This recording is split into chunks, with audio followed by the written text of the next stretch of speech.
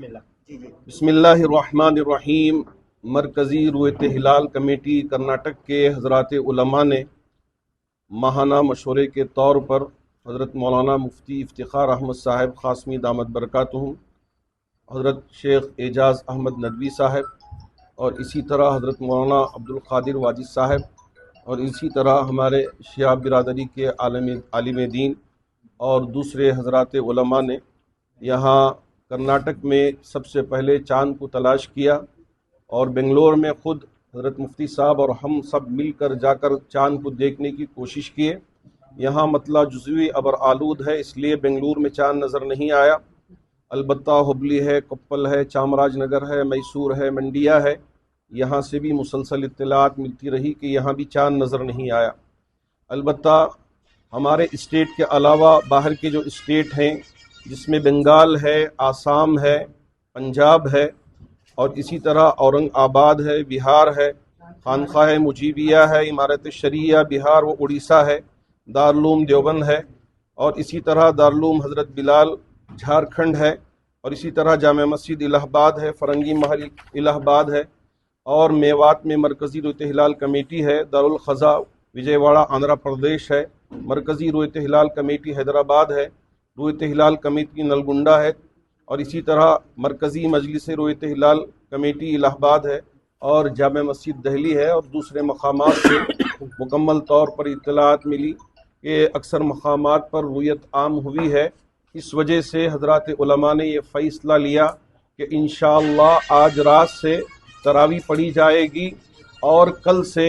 پہلے روزے کا اہتمام کیا جائے گا۔ میں تمام احباب سے گزارش کرنا چاہوں گا کہ آپ احباب یعنی روزے رکھنے کا بھی اہتمام کریں، تراویح پڑھنے کا بھی اہتمام کریں اور مقدس مہینے کا تقدس باقی رکھ کر احترام کرتے ہوئے رمضان المبارک کو بہتر طریقے سے گزارنے کی کوشش کریں۔ سب کو رمضان کی ہم تمام علماء کی طرف سے دل کی گہرائیوں سے مبارکباد پیش کرتے ہیں۔ 19 فروری 2026 کو پہلا روزہ ہوگا انشاءاللہ۔ 19 فروری 2026 کو پہلا روزہ ہوگا اور 18 فروری 2026 سے تراویح کا اہتمام کیا جائے گا۔ الرحیم، آج شعبان کی 29 تاریخ ہونے کی وجہ سے مرکزی رویت ہلال کمیٹی صوبہ کرناٹک دارالاوقاف کنیگم روڈ میں میٹنگ منعقد کی اور یہاں چاند دیکھنے کی کوشش کی۔ مطلع جزوی ابر آلود تھا، جیسا کہ ابھی مرکزی کنوینئر صاحب نے اعلان کیا ہے، چاند نظر آ گیا۔ ملک کے مختلف حصوں میں رویت عام ہوئی ہے، لہذا آج کی رات